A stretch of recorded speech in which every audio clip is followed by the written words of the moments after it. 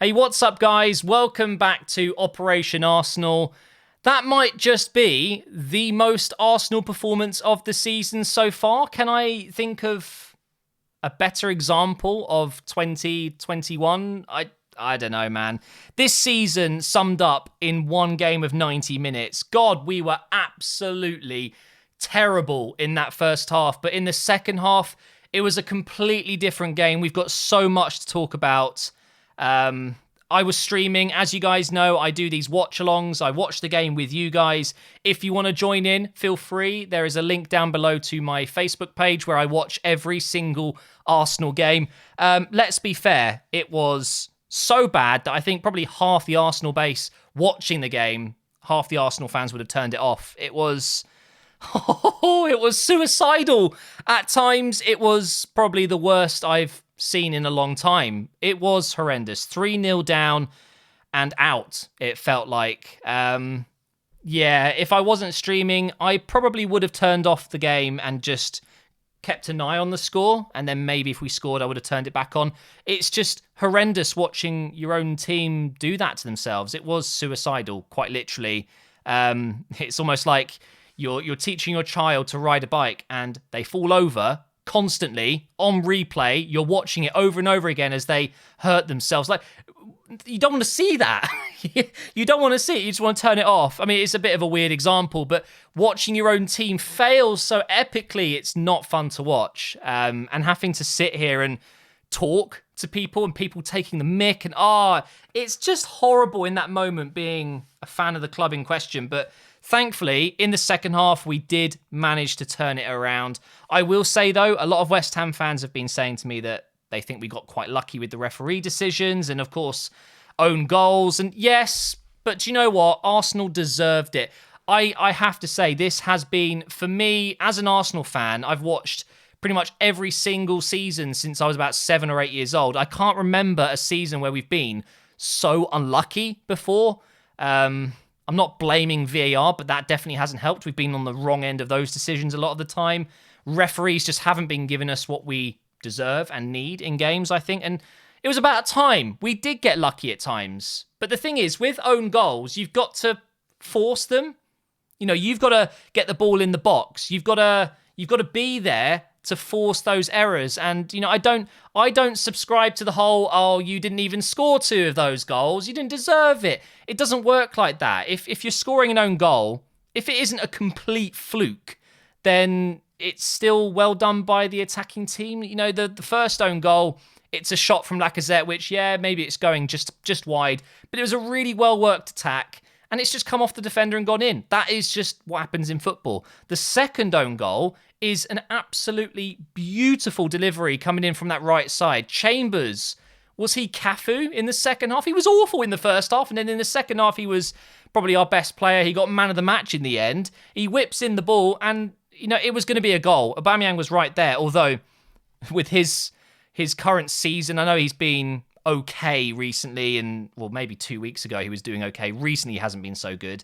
Maybe he would have missed it, but either way, you know, the defenders turned it into his own net, and it is what it is. The third goal, no complaints about that. It was a brilliant header, although some West Ham fans think it probably should have been a free kick leading up to it. I don't know, man.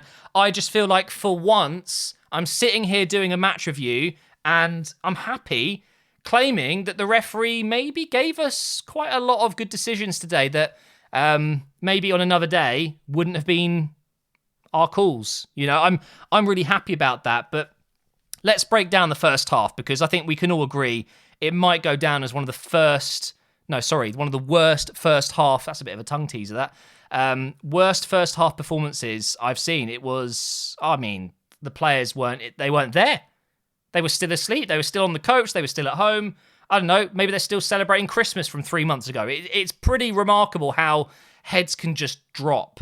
And that's one thing that Arsenal have definitely improved on in the last 3 or 4 seasons since Wenger left, I would say. We have become a bit stronger mentally when we're going 1-0 down against bigger teams. And yes, West Ham this season have been incredible. They are a bigger and better team than us this season in the Premier League. There's no doubt about it. We would normally completely capitulate. You know, I remember constantly losing 4-0, 4-1, 5-1, 5-2. It was never ending.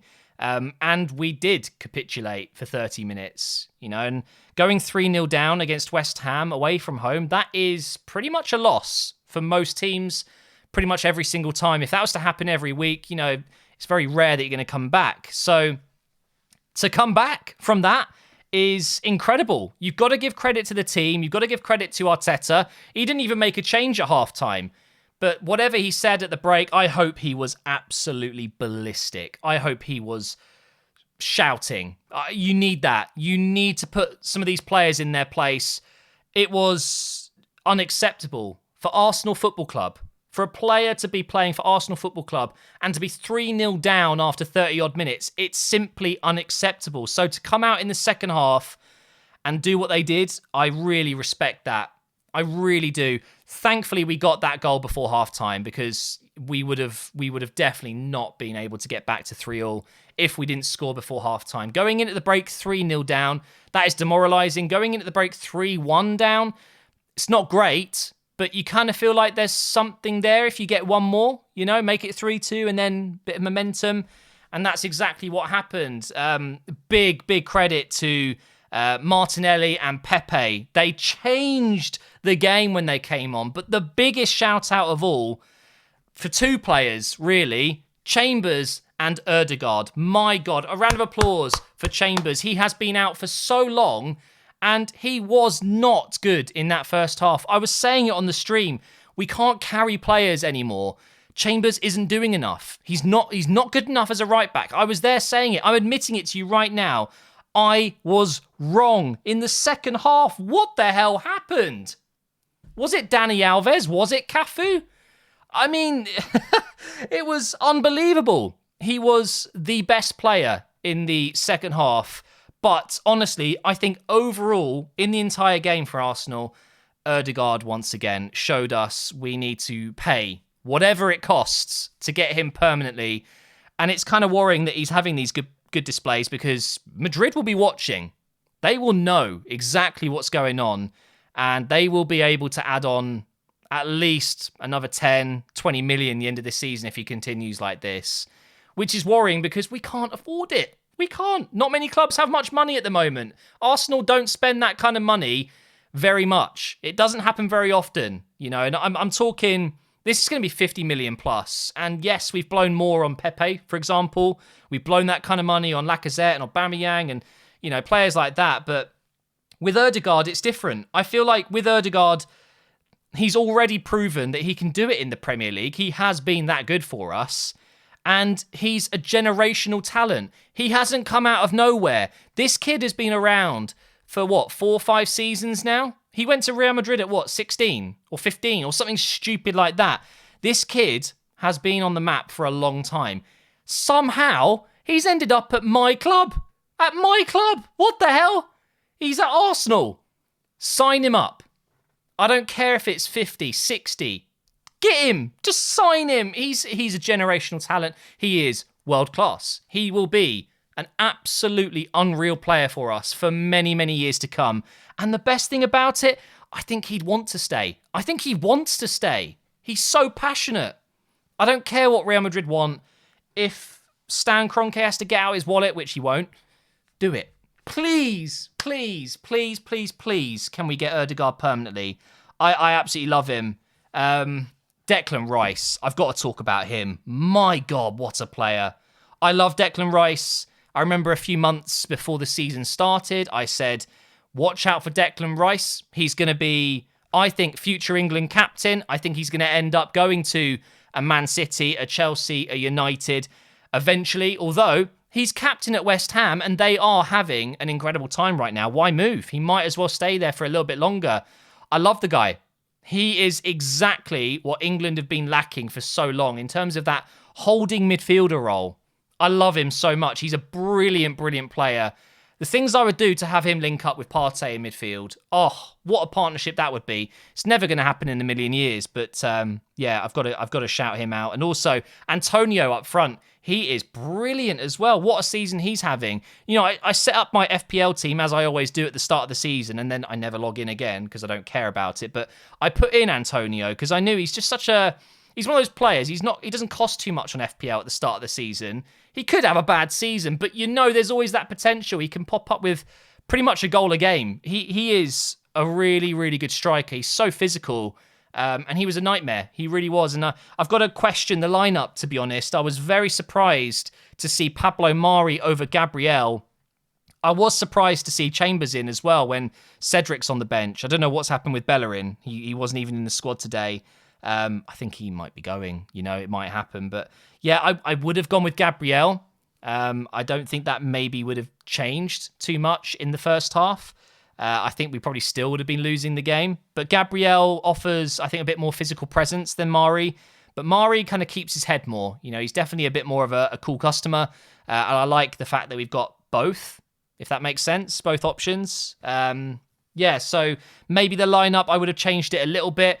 I was not happy to see Aubameyang on the right and Saka on the left. In fact, I don't think we concede the first goal if Saka's on the right because he offers a lot more defensively. Aubameyang just didn't care. He didn't get back. Twice I saw it in this game where we conceded and it was on the right side at the start and then on the left side later on in the game where Aubameyang just doesn't help out. He's not a winger. He's not going to get back and help out defensively. So why are we asking him to do it? He just won't. He leaves gaps and...